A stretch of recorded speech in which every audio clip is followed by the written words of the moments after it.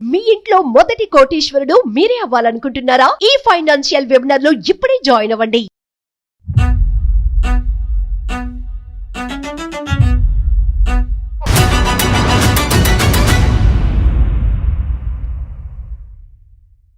అందమైన జీవితం కార్యక్రమానికి స్వాగతం. నమస్తే కళ్యాణ్ గారు. ఇది వైఫ్ అండ్ హస్బెండ్ మధ్య ఉన్న ఒక చిన్న ఇష్యూ అన్నమాట. సో ఫస్ట్ దాని గురించి మనం మాట్లాడాలి, మీ సలహా వాళ్ళకి అందించాలని చెప్పేసి ఫస్ట్ కాల్ కింద తీసుకుంటున్నాను.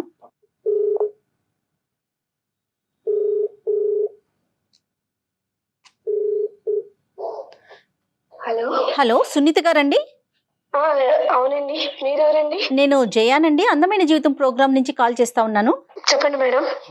యా, మరొకసారి మీరు డాక్టర్ గారితో మాట్లాడతారా? మాట్లాడతాను మేడం. రైట్. నమస్తే సునీత గారు. నమస్కారం సార్. చెప్పండి అమ్మా, సమస్య ఏంటి? సమస్య ఏంటి అంటే నేను మా హస్బెండ్ తో జర్నీ చేయలేకపోతున్నాను సార్. ఒకటి మెయిన్ ప్రాబ్లం ఏంటంటే పుట్టింట్లో ఉన్నప్పుడు అట్లా అమ్మ నాన్న వల్ల సఫర్ అయ్యాను. సరే, వాళ్ళు ఎవరినో తీసుకొచ్చి వీళ్ళని చేసుకో అంటే నోరెత్తకుండా తను చేసుకున్నాను. నేను ఏమీ కూడా చదువుకోలేదు సార్, నేను 8th క్లాసే చదివాను. తను చేసుకున్న కాడి నుంచి ప్రతిరోజు నాకు చుక్కలు చూపించాడు, కానీ ఒక్కరోజు కూడా నా దగ్గర కూర్చొని తను ప్రేమగా మాట్లాడిందే లేదు.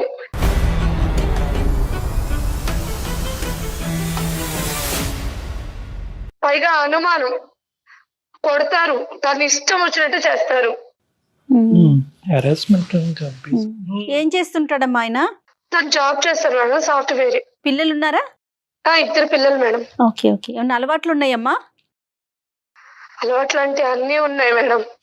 ఏంటమ్మా అంటే వివరించమ్మా. అలవాట్లు అంటే ఎటువంటి అలవాట్లు? ఆ అలవాటు తర్వాత మీ మీద ఈ హింస, ఈ వైలెన్సా, లేదంటే అలవాట్లు లేనప్పుడు కూడా హింస? అలవాట్లు అంటూ తాగుడు పోతోనైనా భరించొచ్చేమో గానీ తిరిగిపోతోళ్ళని అయితే భరించలేదు సార్ ఎవరు కూడా.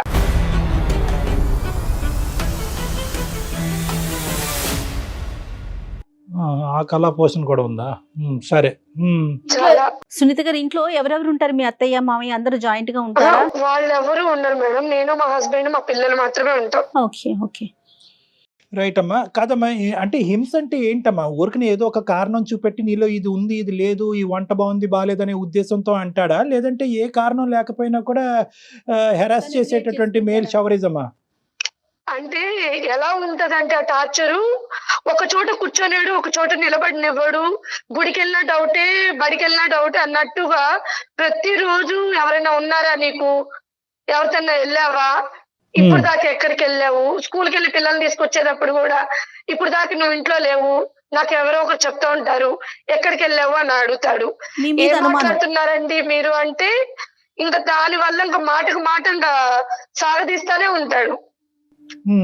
అదొకటి పక్కన పెడితే ఒక రిలేషన్షిప్ అనేది చూడడు, ఒక వావి వరుసలు లేకుండానే పోతాడు.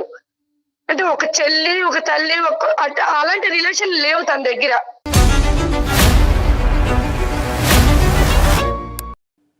అంటే ఏంటమ్మా? అంటే వాళ్ళతో రెస్పెక్ట్ గా ఉండడా ఏంటి మీ ఉద్దేశం? అంటే ఒక భార్య దగ్గర చేయాల్సినవి అన్ని ఆ రిలేషన్ దగ్గరగా ఉంటాడు. అంటే ఒక చెల్లి కావచ్చు, ఒక అత్త కావచ్చు, ఒక అక్క కావచ్చు, ఆ రిలేషన్ దగ్గర కూడా తను వెళ్తుంటాడు. అది కూడా ఎలా వెళ్తాడంటే నా కళ్ళ ముందే నా ఇంటికే తీసుకొచ్చి నువ్వు చూడు అంటాడు అనమాట.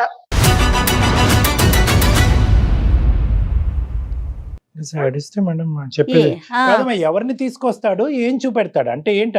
ఆ శారీరక పరమైనటువంటి అది మీ ఎదురుగుంటా డెమాన్స్ట్రేషనా ఏంటిది? అంటే నేను చూడాలి, తను ఎలా ఉంటాడనేది నేను చూడాలి. నేను మానసికంగా నలిగిపోవాలి తన కళ్ళ ముందు. నేను నా ముఖం మీద నవ్వు అనేది ఉండకూడదు. ఎందుకమ్మా అంత కసి ఏంటమ్మా నీ మీద, అంత కోపం ఏంటమ్మా? అంటే పెళ్ళై ఎన్ని సంవత్సరాలు అయింది మీది? 10 years అయింది సార్. 10 years బట్టి ఇదే ప్రవర్తన, లేదంటే తాగి బుర్ర పాడయి ప్రవర్తన? మేడం ఇప్పటి వరకు నాకైతే ఇష్టంతో చేసుకున్నానా కష్టంతో చేసుకున్నాను అనేది ఇప్పుడు వరకు చెప్పలేదు నాకు. నుంచి ఇదే ప్రాబ్లం నాకు. కాదమ్మా, అతనికి ఏమైనా బ్యాక్గ్రౌండ్ స్టోరీ ఉందా? కష్టం మీద నిన్ను చేసుకున్నాడా? ఆ తల్లిదండ్రుల మీద చూపెట్టినటువంటి కోపం అంతా నీ మీద చూపెడుతున్నాడా? ఏంటిది? అంటే ఇప్పటికైనా నీకు అర్థమై ఉంటుంది కదా. ఇప్పుడు కారణం ఉండేటటువంటి కోపం అంటే కొంతవరకు అర్థం చేసుకోవచ్చు. కానీ ఇదేంటంటే ఈ విపరీతమైనటువంటి ధోరణి, ఈ శాడిజం వెనకట్ల ఏ కారణం లేకుండా జరుగుతుందా అంటే కనుక మాకే ఆశ్చర్యంగా ఉంది. అది నాకు కూడా తెలియట్లేదు సార్. తను నన్ను ఎందుకు ప్రాబ్లం ఇలా చేస్తున్నాడు, ఇలా చూస్తున్నాడు. అప్పటికి నేను చాలా సార్లు అడిగా, నా వల్ల మీకు ఏమన్నా ప్రాబ్లమా, నా వల్ల ఏమన్నా ఉంటే నేను మార్చుకుంటాను అన్ని కూడా తనకి కూర్చొని చెప్తాను సార్. మీరే అడిగారా? మీ పెద్దవాళ్ళు కూడా అడిగారమ్మా? ఎవరన్నా పెద్దవాళ్ళని ఎప్పుడన్నా ఇన్వాల్వ్ చేశారా? ఎప్పుడు లేదు సార్. ఇప్పుడు నేను ఈ పడుతున్న బాధ కూడా మా ఇంట్లో ఎవరికి తెలియదు. వాళ్ళ ఇంట్లో తెలుసా? పోనీ వాళ్ళ ఇంట్లో కూడా తెలియదు మేడం. ఎందుకంటే నాకు తండ్రి చనిపోయాడు, అమ్మ కూడా నాకు కష్టపడి పెంచింది. ఇప్పుడు నేను ఇక్కడ పడుతున్న బాధలు నేను వెళ్ళి చెప్పాను అనుకోండి, ఇప్పుడు నా వల్ల నేను పడిందే కాకుండా మా అమ్మ వాళ్ళు కూడా పడతారన్న ఒక భయంతో ఇంతవరకు నేను ఏదే చెప్పలేదు.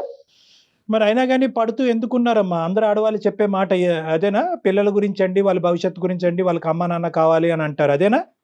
అంతే సార్, పిల్లల కోసమే భరిస్తున్నాను. ఎంతకాలం భరిద్దాం అనుకున్నారు?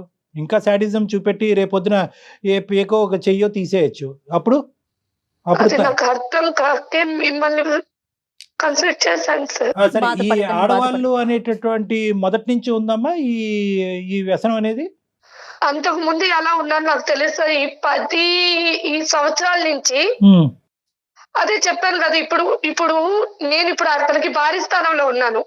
మిగతా వాళ్ళు ఒక అక్క, ఒక పిన్ని, ఒక రిలేషన్ అంటే ఆ రిలేషన్ దగ్గరికి తను వెళ్తే నేను ఏ రిలేషన్ లో తనతో కాపురం చేయాలి?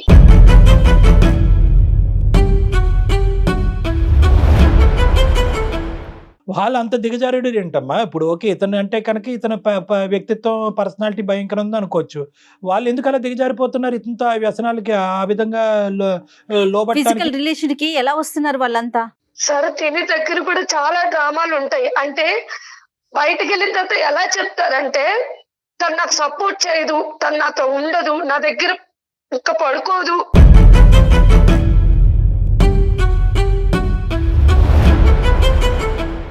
నేను ఎలా ఉండాలి, మీరైనా నన్ను అర్థం చేసుకుంటారేమో, అందుకే మిమ్మల్ని నేను కోరుకుంటున్నానని వాళ్ళ దగ్గర చెప్పడం. ఒక్కొక్కసారి ఏం చేస్తాడంటే, నా ఫోన్ లో ఉన్న లిస్ట్ లో నా ఫ్రెండ్ సర్కిల్ తీసుకొని నాకు తెలియకుండానే వాళ్ళకి మెసేజ్ చేస్తున్నాడు.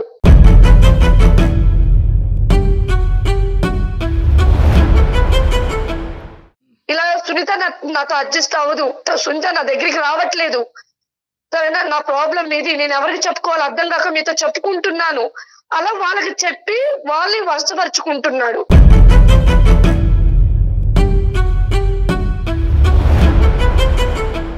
కాదమ్మా, ఇప్పుడు పిల్లల వరకు బాధ్యతలు తీసుకోవటం, స్కూల్ ఫీజులు కట్టడం, పిల్లల వరకైనా బాగా చూసుకుంటాడా? పిల్లలు ఉన్నారంటే ఉన్నారు సార్. అసలు వాళ్ళు పట్టించుకోవడం కానీ, వాళ్ళు సరదాగా బయటకు తీసుకెళ్ళడం కానీ ఏమి చేయడు. మరి ఎందుకు తల్లి 10 ఏళ్ళ నుంచి భరించటం ఏంటమ్మా? ఎప్పుడో నిర్ణయం తీసుకోవాలి కదా నువ్వు. ఇంకా సమాజం అనేది ఒకటి ఉంది కదా మేడం, ఆ సమాజం కోసం బతికాను. ఈ కథ విని విని విని అలసిపోయామమ్మా. ఈ సమాజం ఏది? ఆ సమాజం వచ్చి నీ మీద సిగరెట్ పీకలతోనో లేదంటే చెప్పులతో కొట్టేటటువంటి పరిస్థితి వచ్చినప్పుడు ఆ సమాజాన్ని వచ్చి ఆపమనండి. ఏదా సమాజం? రేపొద్దున ఆడపిల్లలు ఇద్దరు మనసులో ఎలాంటి ప్రభావం ఉంటుంది? వాళ్ళు పెరిగి పెద్దయి ఒక ఇంటికి వెళ్లాల్సిన పిల్లలు కదా, రేపొద్దున పెళ్లి అంటే వణికిపోరు కదా. ఈ ప్రవర్తన పిల్లలు కూడా చూస్తున్నారమ్మా. చూస్తున్నారు సార్, ప్రతిరోజు. నా బాధ కూడా అదే. ప్రతిరోజు ఆ పిల్లలు అమ్మకేమవుతుంది అన్న భయంలోనే బతుకుతున్నారు.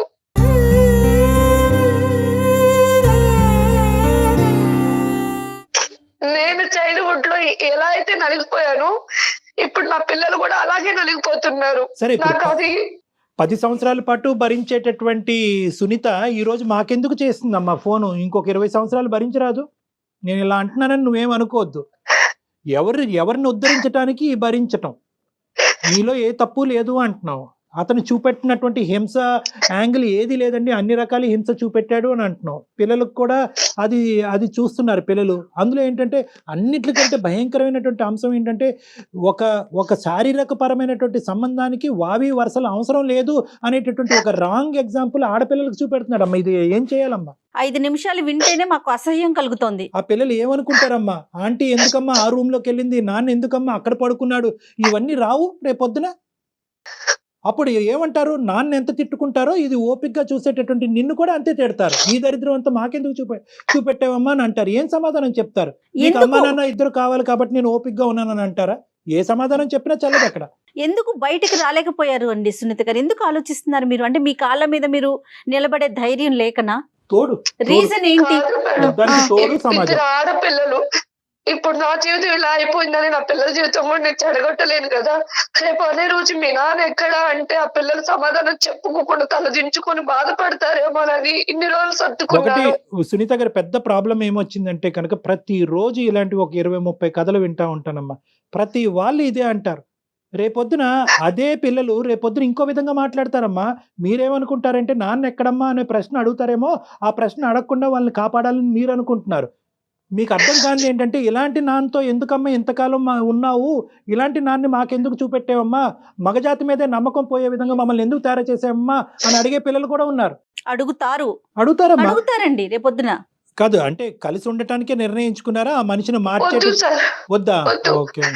ఎందుకంటే ప్రతిరోజు నిద్ర లేకుండా బతకలేను, ఆకలి దాచుకొని బతకలేను సార్ నేను.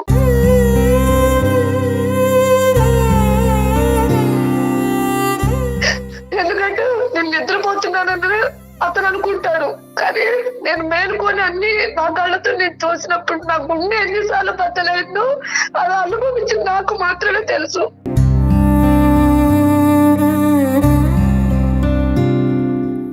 ఈ రోజు మీ మీద గర్జిస్తున్నాం కానీ, మేము కోపడుతున్నాం కానీ, అంటే నువ్వు నిర్ణయం సరైన సమయంలో తీసుకోలేదనే బాధతో అంటున్నాం కానీ, నీ బాధ మాత్రం అది వర్ణించలేమమ్మా.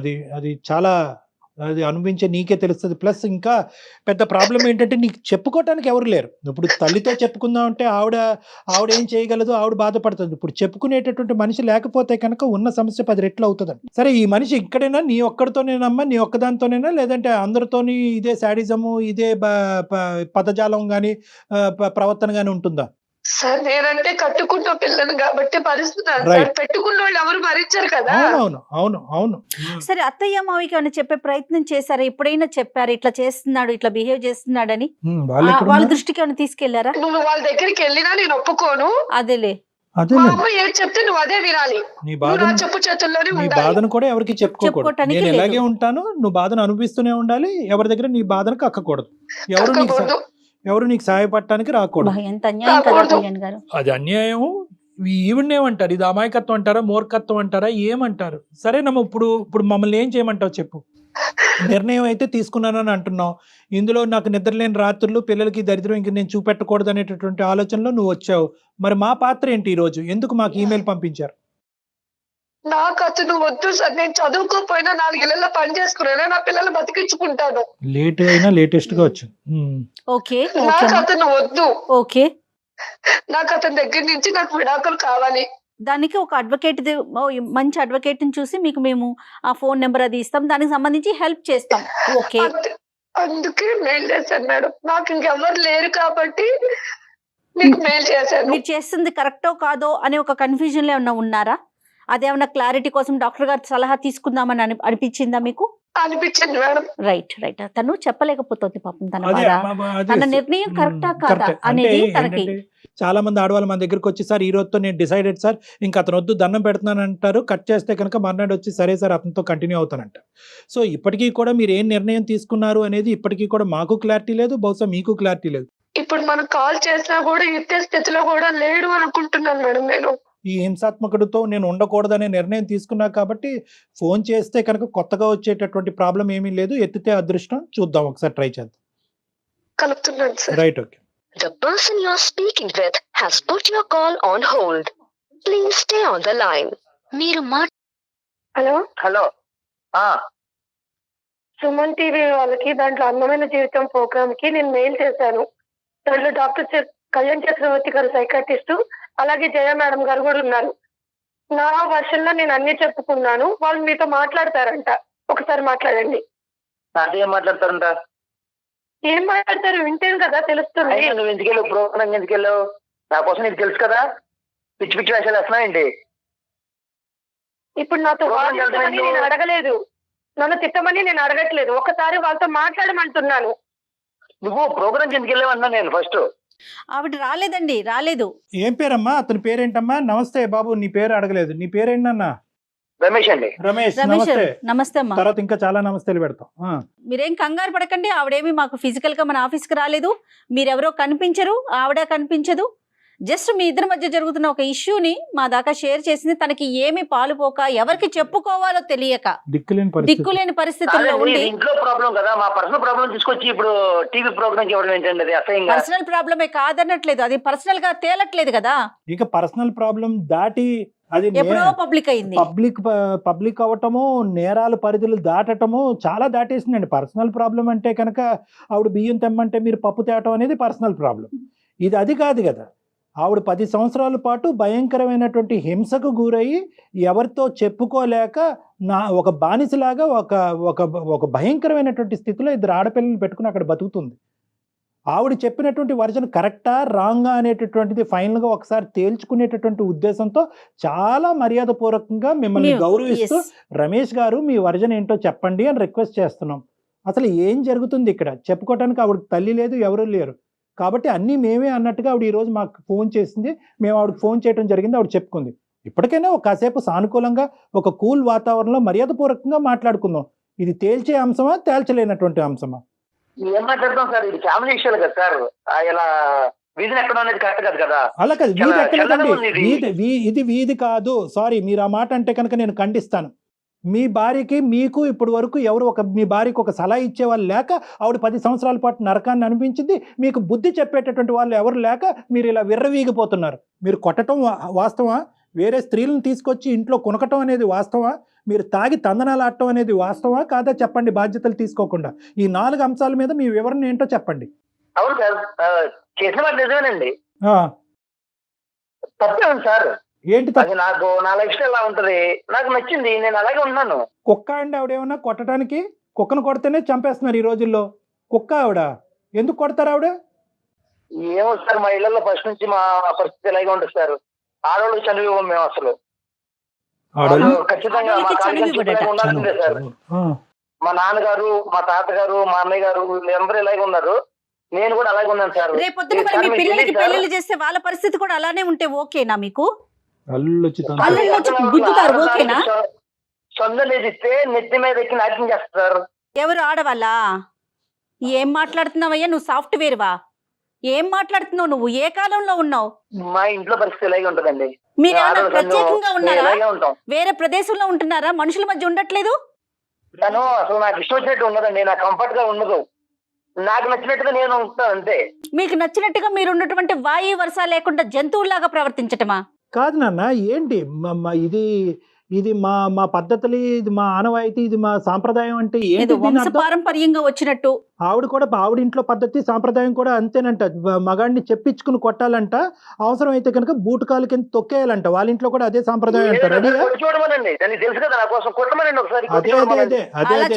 అలా చేయకపోబట్టే మీకు 2 కాదు 3 కొమ్ములు ఉన్నాయి. కాదు, ఇప్పుడు కొట్టడం వెనకతలు సరే నువ్వు కొడుతున్నావు, ఇది సాంప్రదాయం, ఆడదాన్ని ఎక్కడైతే పెట్టాలో అక్కడ పెట్టకపోతే కనుక లేచి మన నెత్తి మీద శివతాండం చేస్తుందని ఏదో పెద్ద పెద్ద కబుర్లు చెప్తున్నావు. ఈ అమ్మాయి ఈరోజు ఒక తల్లిగా కానీ, ఒక భార్యగా కానీ, ఒక స్త్రీగా కానీ మీకు చేయనటువంటి ఒక్క అంశం ఈ 10 సంవత్సరాల్లో చెప్పు. ఏదో చేయట్లేదు అంటున్నావు కదా. 0.5% వేలెత్తి తప్పు చూపెట్టు. 0.5% వేలెత్తి తప్పు చూపెట్టు. సార్ నాకు నచ్చినట్టు ఉండదు సార్ అమ్మాయి. ఏంటో నచ్చటం గడుపుకుంటున్నావు? ప్రిన్సా నువ్వేమన్నా పెద్ద రాజువా ఏంటి? నీకేంటి నచ్చాలి? ఎలాంటి భార్య కావాలి? నేను ప్రిన్స్ కాకపోయినా నా ఇష్టాలు అంటే నాకు ఉంటాయి కదండి. నేను బ్రతకాలనుకున్నట్టు నాకు భార్యగా సపోర్ట్ చేయాలి కదా. సార్ ఇది ఎలాంటోడు అంటే కనీసం మా నాన్న చనిపోతే కనీసం మా నాన్న చూడటానికి రాలేదు.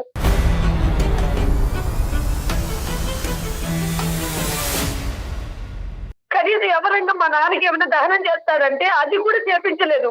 నా చేతులతో ఒక ఆడపిల్లగా నేను చేశాను దానం మా నాన్నకి. మీ తండ్రి దహనం వరకు గురించి చెప్తున్నావు. నువ్వు చనిపోతే వస్తాడేమో లేదు, ఫస్ట్ అది చూసుకో. ఆలోచించుకో పిచ్చిమోహన్. నువ్వు చనిపోతే కానీ, లేదంటే నీ పిల్లలు ఏమన్నా దయానటువంటి భయంకరమైన ఆరోగ్య పరిస్థితిలో చిక్కుకుంటే కనుక వాళ్ళ చావు బ్రతుకుల మధ్యన అది రాకూడదని నేను భగవంతుని కోరుకుంటున్నా. వస్తే ఈ మనిషి కనిపిస్తాడా, లేదంటే బాగా తాగుతూ చెప్పారు కళ్యాణ్ వేరే గారు. ఆడదాంతో ఉంటాడు. మీ తండ్రి వరకు ఎందుకమ్మా? తండ్రి వరకు ఎందుకు తల్లి? ఎక్కడ తండ్రి అమ్మా, నువ్వు చూసుకో ముందు. ఆవిడ సంబంధించిన రేట్లకి నేను వెళ్ళను, తనకు తెలుసు నేను వెళ్ళను, ఇప్పుడే చెప్పేశాను. అలాగే మొన్న వాళ్ళ నాన్నగారు చనిపోయినప్పుడు కూడా నేను వెళ్ళను. మరి రేపొద్దున మీ ఇంట్లో ఏదన్నా జరిగితే, ఇంకేం లేవు మేడం. ఇంకా మీ బావి ఇంట్లో ఏదన్నా వరుస. జరిగితేనమ్మా, వెళ్ళాలి మేడం, అదే. వెళ్ళకపోతే మళ్ళీ అదొక చుక్కలు చూపిస్తాడు నాకు. అలా కాదు రమేష్, ఇవన్నీ ఒకెత్తు, చిచ్చి. ఇవన్నీ ఒకెత్తు. ఇంకా నేను కొనసాగటం కూడా నాకు ఇంకా అసహ్యంగా ఉంది. ఎందుకంటే నీలాంటి వాళ్ళకి కౌన్సిలింగ్ చేస్తే కనుక నేను పోయి ఎవరి చేతన కౌన్సిలింగ్ చేయించుకో. అది కాదు, ఇదంతా ఒకెత్తు. ఒక్క పాయింట్ నాకు చెప్పు. వావి వరుసలు లేకుండా వేరే ఆడవాళ్ళు ఎవరు మీ ఇంట్లోకి ప్రవేశిస్తున్నారు? వాళ్ళతో నువ్వు కులకటం ఏంటి? ఆ మాయదారు మొహాలకి వాళ్ళకి బుర్రలు లేవా? వాళ్ళకి బట్టలు లేరా ఏంటి? నీకు బుద్ధి లేదా? ఛీ ఛీ. వాళ్ళు ఎవరినైనా ఆ ఒక్కటి క్లారిటీ. సార్ నేను ప్రతిగా చెప్తున్నాను సార్, మీకు నా కొద్ది ఫీలింగ్స్ ఎక్కువ సార్. ఏ ఫీలింగ్? ఆ ఫీలింగ్ తిను నన్ను కరెక్ట్గా సపోర్ట్ చేయదు సార్, ఎంకరేజ్ చేయదు. నాకు నచ్చినట్టుగా నా ఇంట్రెస్ట్ తగ్గట్టుగా తను ఉండదు సార్. నీకు కుక్కనో పందునో తీసుకొచ్చుకోలేకపోయావా? ఒక కుక్కనో పందునో తీసుకొచ్చుకోలేకపోయావా? ఆడవాళ్ళు ఎందుకు? అలా ఎలా తీసుకొస్తాం సార్ మనుషులు? ఏం మాట్లాడుతున్నావు? ఇష్టమైన వాళ్ళు, రగిలిపోతుంది అసలు. నాకు నచ్చిన వాళ్ళు ఉంటారు సార్, వాళ్ళు నేను తెచ్చుకున్నాను. ఎందుకు నీకు తెచ్చుకున్నాను సరైనటువంటి సమాధానం పోలీసులు చెప్పాలి. ఈ అమ్మాయి బుర్ర బుద్ధి లేక ఈ అమ్మాయి ఇలా ఉంది, కానీ నీకు సరైనటువంటి సమాధానం పోలీసులు చెప్పాలి. లీగల్ గా నీకు శిక్ష పడాలి సార్. దానికి కూడా రీజన్స్ ఉన్నాయి సార్. తిను నా ఇంట్రెస్ట్ తగ్గట్టుగా ఉండదు. సో నా ఇంట్రెస్ట్ నచ్చిన వాళ్ళు ఉంటారు, నేను అలాంటి ఉంటాను సార్. తప్పే ఉంది.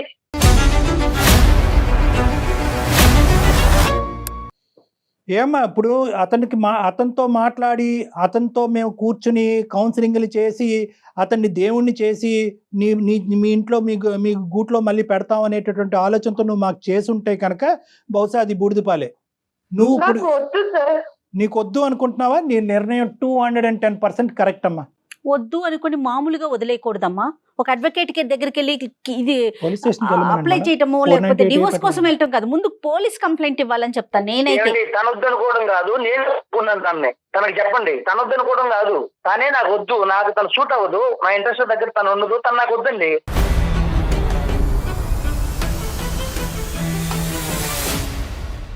ఇలా మెంటల్ది పిచ్చిదాన్ని చేయకముందే వద్దు అనుకుంటే కనుక ఆవిడ దారే ఆవిడ చూసుకున్న పిల్లలతో బతుకుండేది కదయ్యా.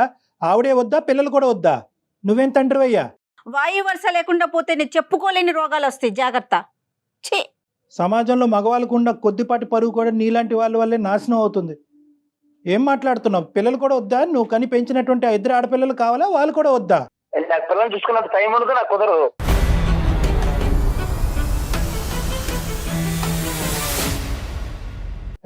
రమేష్, చెప్పండి. నీకు కొన్ని సర్ప్రైజ్ రిటర్న్ గిఫ్ట్లు తొందరలోనే వస్తున్నాయి. నువ్వు అవి వింటే కనుక ఇప్పుడే షాక్ అవుతావు, కాబట్టి దయచేసి నువ్వు ఫోన్ పెట్టేసే, ఆ అమ్మాయితో మేము మాట్లాడాలి. బాయ్ నాన్న. ఏం పర్లేదు సార్, నేను చూసుకుంటానండి. అలాగే చూసుకో, ఒక చూసుకో మీ అయ్యా. వెనకాల చాలా ఒక పెద్ద సంతోషం. గొయ్యి తవ్వుకుని అందులో చూసుకో. బాయ్. సరే అండి. అమ్మ పెట్టాడమ్మా అతను ఫోను. పెట్టేశాడు. సరే ఇంకో చూడు సునీత, నీ బాబాయ్. ఓపికి శతకోటి వందనాలే తల్లి. 10 ఏళ్ళ భరించేది ఇలాంటి మృగంతోనా? ఇప్పుడు తనకి ఏం చేయమంటారు? మీ సలహా ఏం చెప్తారు? లేదమ్మా, ఇప్పుడు ఇది మన పర్వ్యూలో లేదమ్మా. ఇప్పుడైనా కూడా నీ స్ట్రెంగ్త్ ని బిల్డప్ చేసుకో, నీ కాన్ఫిడెన్స్ ని బిల్డప్ చేసుకో. నువ్వు ఒక రాణి లక్ష్మీబాయి లాగా పోరాడవలసినటువంటి సమయం ఆసన్నమైంది. ఇప్పుడు పోరాడిపోతే ఎప్పటికీ నువ్వు పోరాడలేవు. నీ హక్కుల గురించి, నీ రైట్స్ గురించి నువ్వు పోరాడు. కేవలం డివోర్స్ పేపర్ మీద ఒక సంతకం పెట్టేసి పంపించద్దు. ఎందుకంటే అదే నాటకంతో అతను ఏమంటున్నాడు, తనిచ్చేది ఏంటి, నేనే ఇస్తానంటున్నాడు. అంటే నిన్ను ఎంకరేజ్ చేస్తున్నాడు. సింపుల్గా నువ్వు సంతకం పెడితే అతను సంతకం పెట్టేసి డివోర్స్ అవుతాయి. నో, ఇవి ఏవైతే కనుక లీగల్గా అతని మీద సెక్షన్స్ పడాలో ఆ సెక్షన్స్ అన్ని శిక్ష పడాలి. అతనికి బుద్ధి రావాలి. అతని నాలుక అతను ఖర్చుకోవాలి, జైల్లో కూర్చోవాలి. ఇవన్నీ కూడా ఉంటాయి. నెంబర్ 1 ఏంటంటే అంత ఈజీగా అతను ఆడపిల్లలు ఉన్నారు కదా కళ్యాణ్ గారు, అది భయపడుతున్నట్లుంది తను. నో, ఏం భయం లేవమ్మా, ఏం భయం లేదు. వాస్తవానికి ఏంటంటే కనుక నువ్వు నా మాట విను. నువ్వు నీ దగ్గరలో ఉండేటటువంటి షీ టీమ్స్ కానీ పోలీస్ స్టేషన్ కానీ వెళ్ళి ఎఫ్ఐఆర్ రిజిస్టర్ అయ్యేటట్టు చూడు. ఆ తర్వాత కోర్టులో కూడా నువ్వేంటంటే నీ పిల్లలకు కావాల్సినటువంటి మెయింటెనెన్స్, నీకు కావాల్సినటువంటి ఏలంని, ఆర్థికంగా నువ్వు చదువుకోలేదు కాబట్టి, నువ్వు ఉద్యోగం చేసుకోవట్లేదు కాబట్టి నీకు కావాల్సినటువంటి మెయింటెనెన్స్, ఇవన్నీ లీగల్ టర్మ్స్ అనుకోండి. ఇవన్నీ నేను మాట్లాడను. అవన్నీ కూడా ఒక లాయర్ పని గాని, ఒక చేద్దాం పోలీస్ కళ్యాణ్ స్టేషన్ గారు. ఎవరైనా నీకు మనకి help చేస్తారు. మనకున్న చాలా మంది గెస్ట్లు ఉన్నారు, అడ్వకేట్స్. Very good. సో నేను ఒక్కసారి వాళ్ళతో తనతో మాట్లాడిస్తాను సునీత. షూర్. అమ్మాయి కావాల్సినటువంటి అవుట్ రైట్ సపోర్ట్ నీకు మా సైడ్ నుంచి ఉంటదమ్మా. ఇక ముందు ఎవరు లేరు అనేటటువంటి భావంతో నువ్వు ఉండద్దు. సుమన్ టీవీ యాజమాన్యం అవనండి, జయ గారు కానీ అవనండి, ఎవరైనా కూడా మీ అందరం మీ తోడుంటాము. నీకు ఏ సమయంలో ఉన్నా, ఎంత అవసరం ఉన్నా కూడా మాది ఒక కాంటాక్ట్ నెంబర్ ఇస్తాము. ఆ కాంటాక్ట్ నెంబర్ కాల్ చేయండి. నీకు సరైనటువంటి దిశ మేము చూపెడతాం. ఇది మా సైడ్ నుంచి ప్రామిస్. 100%. కానీ మీరు కోర్టుకు వెళ్ళి, ఐ మీన్ స్టేషన్ కి వెళ్ళి అతని మీద కేసు పెట్టకుండా ఎట్టి పరిస్థితుల్లో ఇంటికి వెళ్ళకండి. చేసుకోవద్దు కాదండి, ఇంటికి వెళ్ళకూడదు కదా కళ్యాణ్ గారు? నీకు కావాలంటే కనుక పోలీస్ స్టేషన్కి వెళ్తే కనుక ఇతని దగ్గర నుంచి నాకు ఈ థ్రెట్ ఉంది, ఇంతకాలం నేను ఇంత హింసపడ్డాను, ఈ నిర్ణయం తీసుకుంటున్నాను కాబట్టి అతని కక్ష ఇంకా ఎక్కువయ్యి నన్ను చంపేటటువంటి ప్రయత్నం చేస్తాడు కాబట్టి నాకు పోలీసు వారి చేత రక్షణ కావాలి అని చెప్పి కూడా నువ్వు పెట్టుకోవచ్చమ్మా. రైట్, కరెక్ట్ అండి. Okay madam. చాలా ధైర్యంగా ఉండు తల్లి. నేను మన ఈ ప్రోగ్రామ్ అయిపోయిన తర్వాత ఒక అడ్వకేట్ తో నేను మాట్లాడి వాళ్ళ నెంబర్ నీకు నేను పాస్ ఆన్ చేస్తాను. వాళ్ళతో ఒకసారి నీ ప్రాబ్లమ్ని ఇంకా క్లియర్గా, ఇప్పుడు ఎందుకంటే నువ్వు కెమెరా, ఐ మీన్ ఫోన్లో మా అందరి మధ్యలో నువ్వు చెప్పలేకపోతున్నావేమో, బహుశా నీకున్న ప్రతి సమస్యని వాళ్ళతో వివరించు. దాన్ని బట్టి నెక్స్ట్ ఏం చేద్దాం అనేది ఆలోచిద్దాం. కానీ ధైర్యంగా ఉండు, దాన్ని మాత్రం కోల్పోవద్దు. ఓకే అమ్మా. ఆల్ ద బెస్ట్ అమ్మా. God bless you. All the best. Right అండి, thank you so much. Suman టీవీలో మీ పర్సనల్ అండ్ బిజినెస్ ప్రమోషన్స్ కోసం కింది నెంబర్కి కాంటాక్ట్ చేయండి.